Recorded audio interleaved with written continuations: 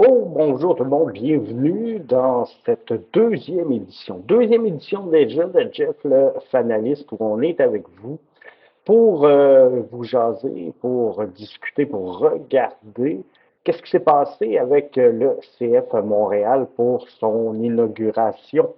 Pour le lancement de sa saison 2025, on sait que le CF Montréal s'est incliné par la marque de 3-2 face à Atlanta United. C'est un résultat qu'on s'attendait un peu, c'est un résultat qu'on pensait voir pour plusieurs. Et c'est exactement ce qui s'est passé. CF Montréal, donc, qui s'est incliné par la marque de 3-2 face à Atlanta United au Mercedes-Benz Stadium. Et ben, aujourd'hui, le podcast, il sert à ça. Ce qu'on veut, c'est regarder un peu qu'est-ce qui s'est passé exactement dans cette rencontre-là qui a mené à cette défaite 3-2 du CF Montréal. Soit dit en passant, le CF Montréal, oui, s'est incliné par la marque de 3-2, mais c'est un résultat, somme toute, pour positif et satisfaisant pour lancer la saison 2025 du CF Montréal, puisque je suis obligé de vous dire que dans les circonstances, on donnait très peu cher à la peau du CF Montréal et la troupe de Laurent Courtois. Maintenant, est-ce que le CF Montréal méritait un meilleur sort? La réponse est oui. On s'est incliné et il y a des raisons de pourquoi on s'est incliné, pourquoi on est arrivé à ce résultat-là chez le CF Montréal. Et c'est ce qu'on va regarder ensemble là, dans les 30 prochaines minutes. Euh, parce que on peut partir avec la titularisation. Je pense sincèrement, je pense sincèrement que le 11 présenté par Laurent Courtois, bien que la stratégie pouvait être valable, si on veut décrypter cette défaite-là, il y a des choix d'alignement qui sont discutables du côté de Laurent Courtois. Pour ce premier match de la saison-là, on a opté pour une composition, je pourrais dire, expérimentale. On a intégré des nouveaux joueurs. On peut penser à Petrasso. On peut parler de Kaden Clark qui a été utilisé dans une chaise un peu différente de ce à quoi il nous a habitués. Et cette approche, bien qu'elle voulait qu'elle visait à surprendre l'adversaire. Je suis obligé de vous dire qu'en réalité, elle a surpris même le CF Montréal. Euh, Elle a déstabilisé la formation. Les automatismes n'étaient pas au rendez-vous. Les joueurs avaient de la misère à trouver certains repères sur le terrain. Et cette absence de cohésion-là a conduit à des erreurs individuelles, des erreurs collectives et est venu offrir à Atlanta des opportunités de marquer. Connaissant la formation et la puissance offensive d'Atlanta United pour la saison 2025, on ne peut pas offrir ces occasions-là à Atlanta United lors des matchs. Donc, le CF Montréal n'a pas tant mal paru et je vous dirais même qu'on s'est replacé grandement lors de la deuxième mi-temps, alors que Laurent Courtois est revenu avec une formation un peu plus classique où je pourrais vous dire un peu plus là, ce à quoi on est habitué de voir chez le CF Montréal. Mais le mal, malheureusement, était un peu fait. Et devant la foule intimidante, ce match-là, il y avait plus de 60 000 spectateurs. C'est un des trois matchs qui a obtenu la plus grande foule dans l'histoire du soccer.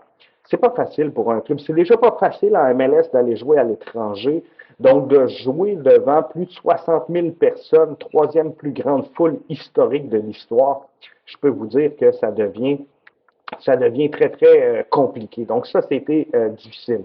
Je vous ai dit également que le CF Montréal devait, s'il voulait gagner en 2025, devait être meilleur ou plus cohérent ou plus efficient, appelez-le comme vous voulez, défensivement. Et ça a été une des erreurs de Laurent Courtois dans son alignement de départ en entrant Petrasso de ne pas avoir cette cohésion défensive-là qui était si importante pour le CF Montréal. Le CF Montréal ne pourra pas se battre malheureusement sur le front offensif cette saison et je pense qu'on le sait tout. Je pense qu'on le sait tout. La réalité, elle est là. À 2-1 Atlanta, l'équipe se serait écroulée dans le passé, nous dit Jimmy Martel qui est avec nous sur Facebook. Salut Jimmy, content de t'avoir avec nous autres. Mais c'est exactement ça, Jimmy. Donc, moi, ce que je veux retenir de ce match-là, c'est la résilience. Parce que malgré l'impact d'une foule record au Mercedes-Benz Stadium, malgré une prestation étincelante, on va le dire, là, on ne se cachera pas, Emmanuel Latelat, la recrue forte d'Atlanta United cette saison, il était d'un grand match. Euh, et malgré tout ça, le CF Montréal ne s'est pas fait déclasser. Le CF Montréal est revenu dans le match à 2 reprises. Et vous savez quoi? Le CF Montréal aurait même pu emporter ce match-là ou à tout le moins ramasser un point.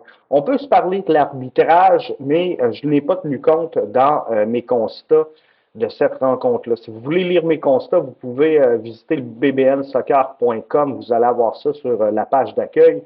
Les constats que j'ai faits de cette rencontre-là, et puis je n'ai pas parlé de l'arbitrage, puis j'aurais pu parler de l'arbitrage, mais la réalité, c'est non, il n'y avait pas de corner décerné à Atlanta United. Oui, ça coûte un but au CF Montréal. Par contre, est-ce qu'on aurait pu avoir une meilleure cohésion défensivement sur ce but-là? Est-ce que Jonathan Sirois aurait pu mieux communiquer avec sa défensive?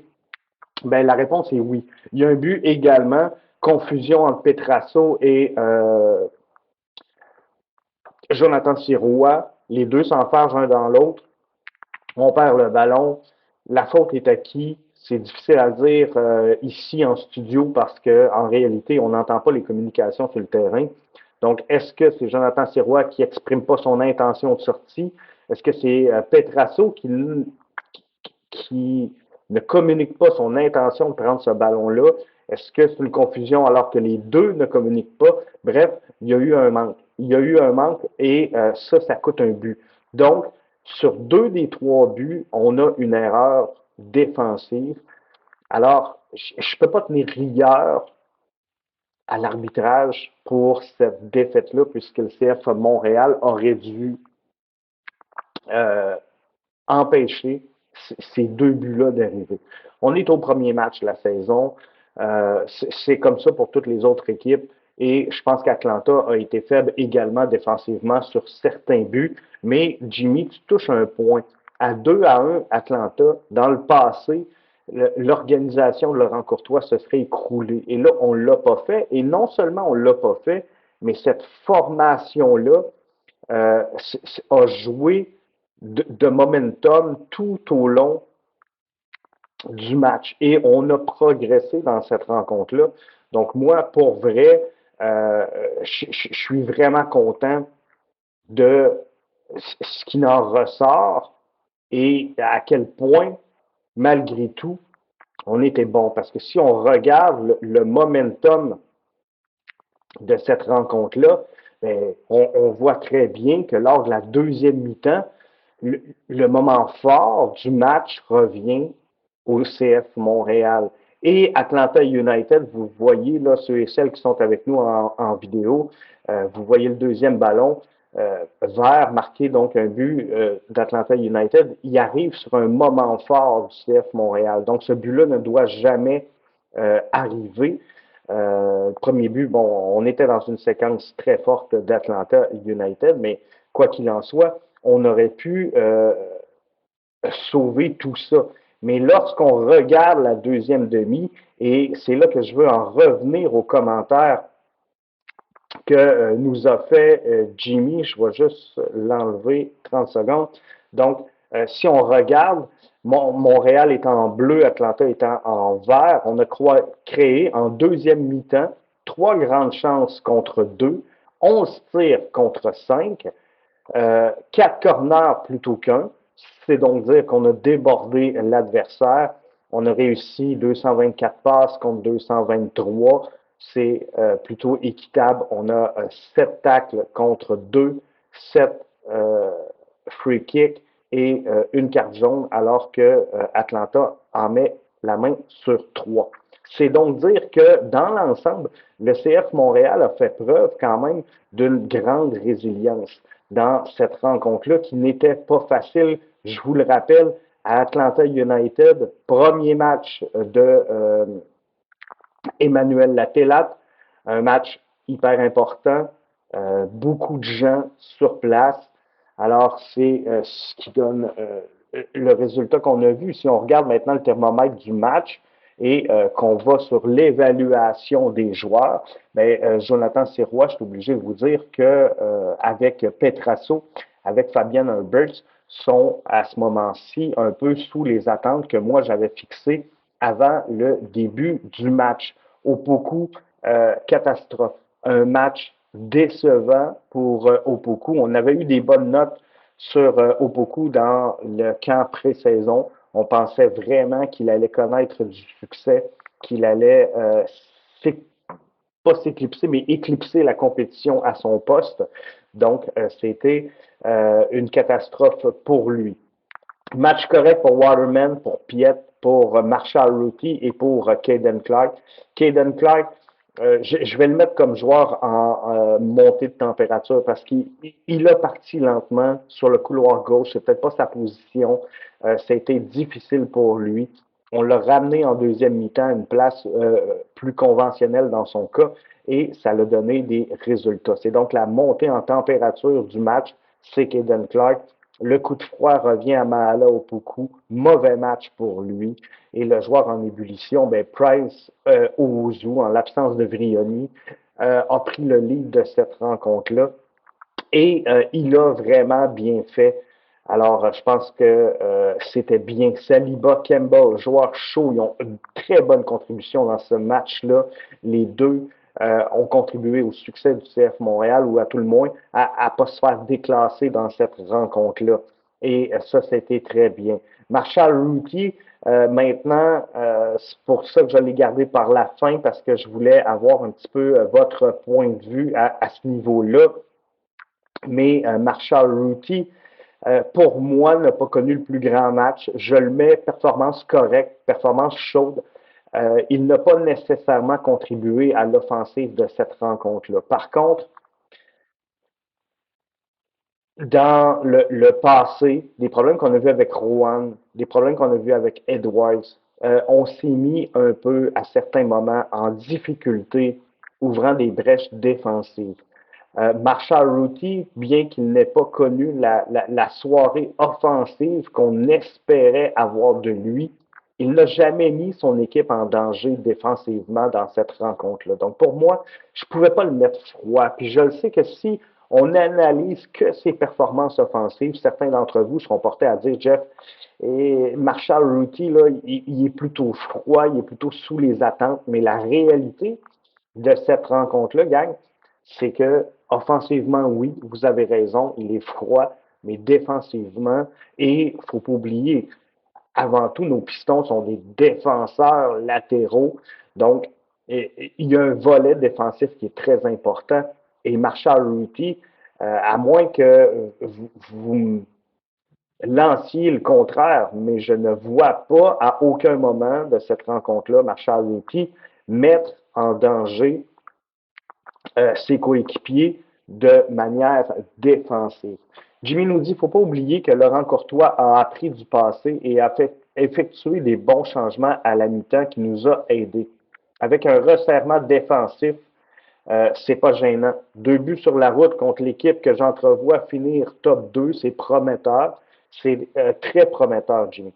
Très prometteur pour la suite des choses. On va affronter ce mercredi, pas ce mercredi, mais ce samedi, Minnesota United. On pourrait les battre.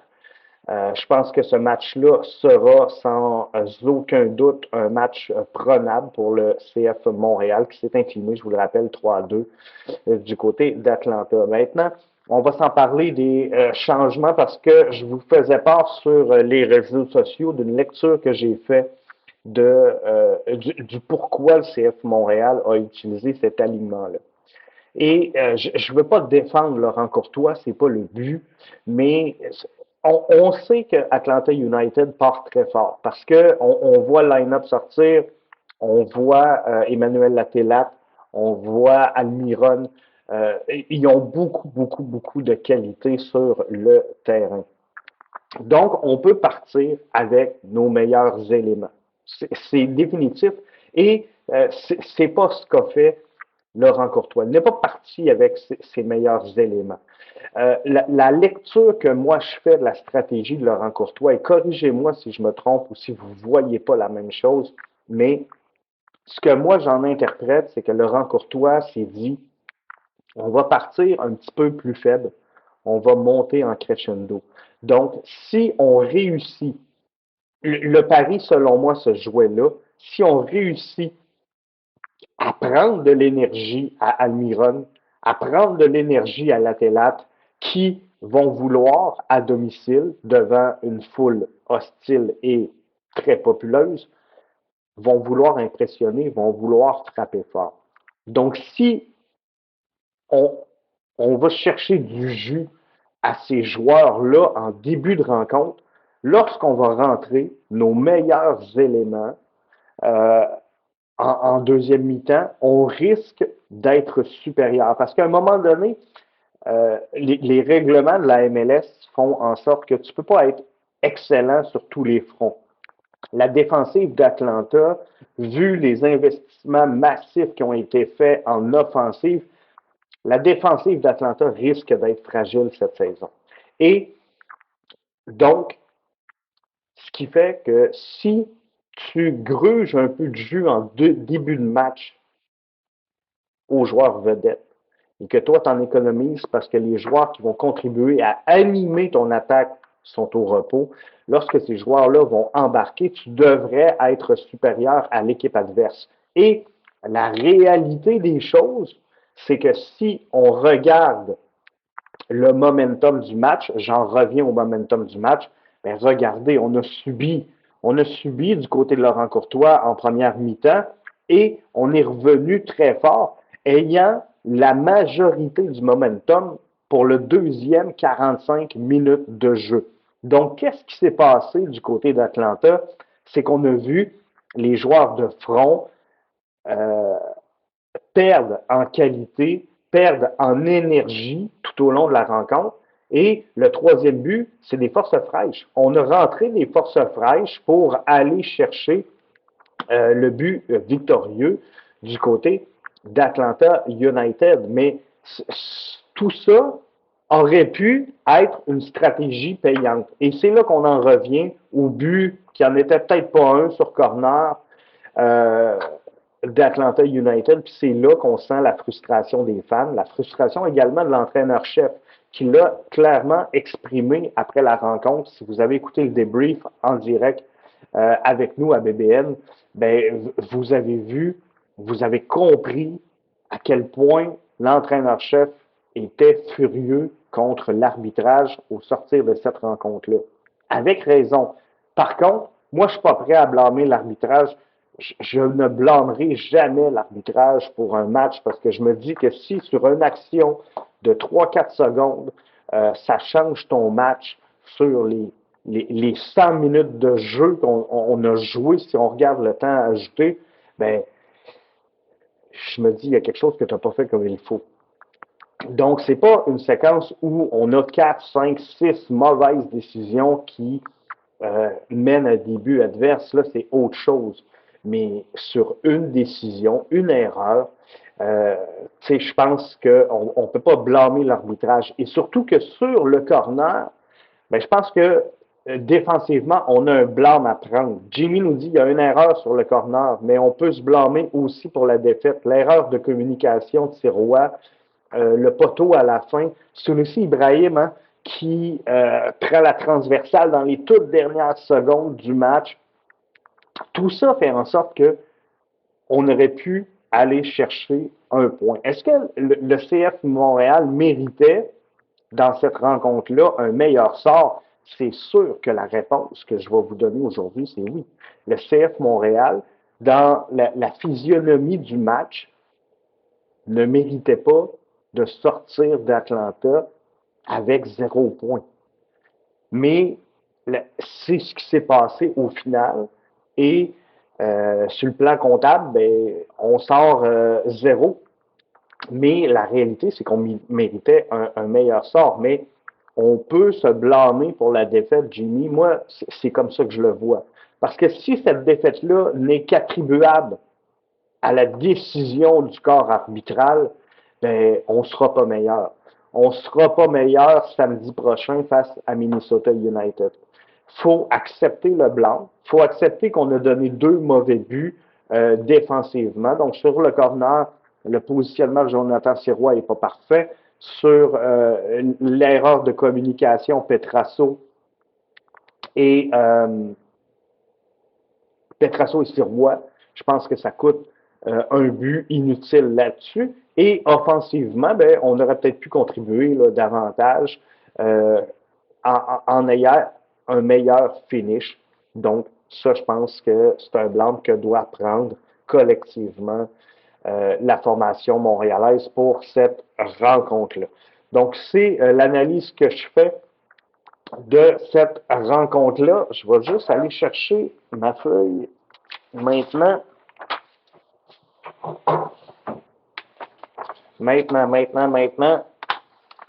J'avais analysé tous les matchs, gang, de cette première semaine d'activité dans la MLS.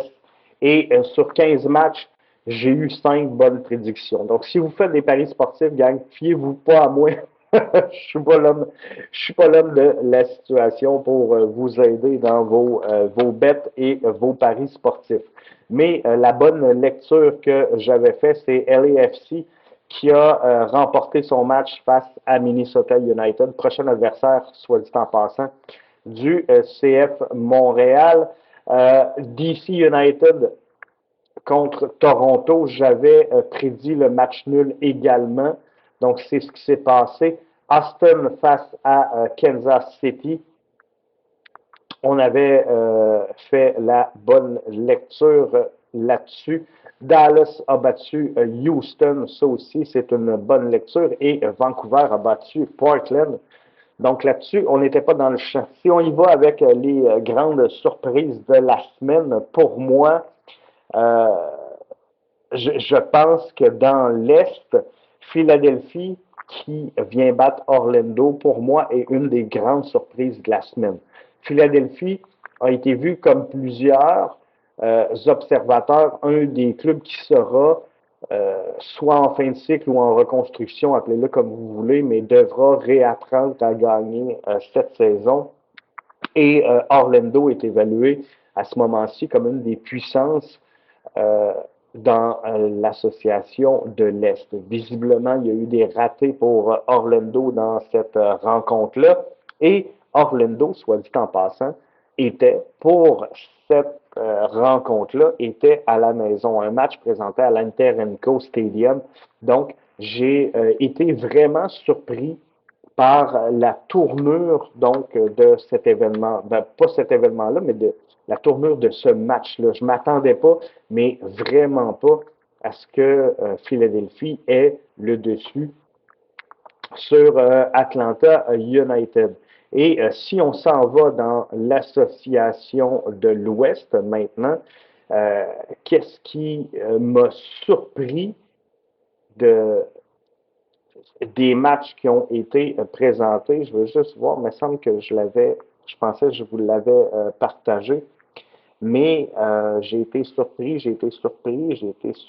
dans l'Ouest également, puis je ne l'ai pas noté.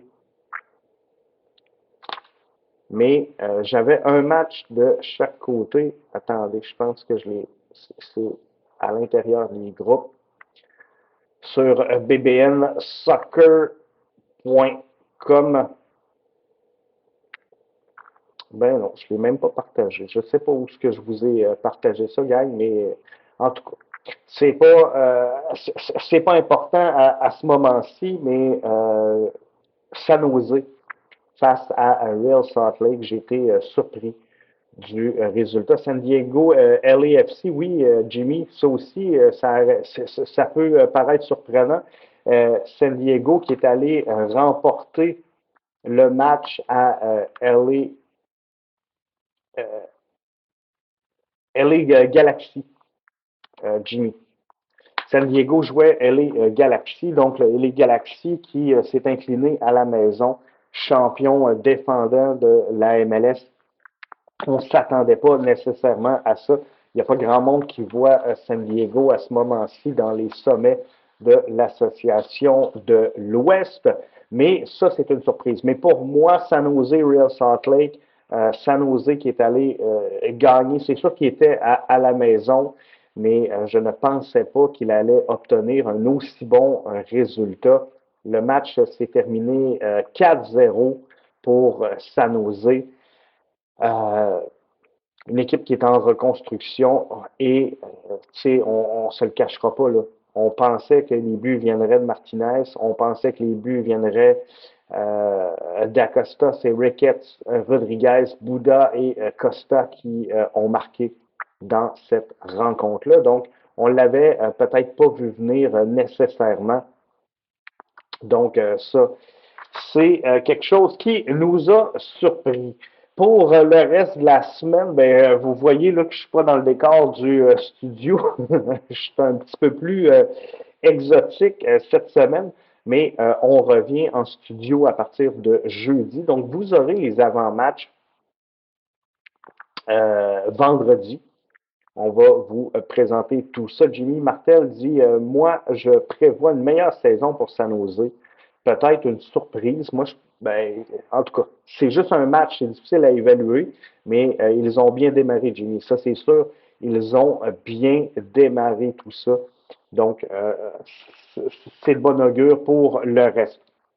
Donc, pour nous, à partir de jeudi, je suis de retour au Québec. On va revenir, là, on va retravailler un peu sur les groupes, sur les communautés. On va mettre à jour également l'Ultime Pool BBN. Je ne suis pas en mesure ici de mettre à jour le classement, donc on va vous mettre tout ça à jour.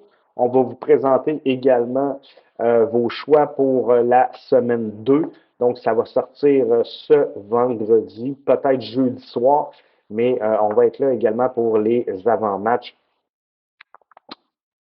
pour la semaine à venir. Chose certaine, Montréal va chercher 3 points sur la prochaine rencontre. Moi, j'y crois beaucoup. Jimmy, c'est la lecture à ce moment-ci, c'est la lecture que je fais également. Le CF Montréal est sur la route pour ses 7 premiers matchs. 7 points serait un résultat très positif pour le CF Montréal. Si le CF Montréal peut prendre 7 points dans les 7 premières rencontres, donc une moyenne d'un point par match, je pense que ça serait bien, ça serait un excellent résultat. Mais face à Minnesota United, qui s'est incliné, je pense que c'est 1-0 Minnesota face à LAFC, je pense qu'on est capable d'aller chercher également un résultat de ce côté-là.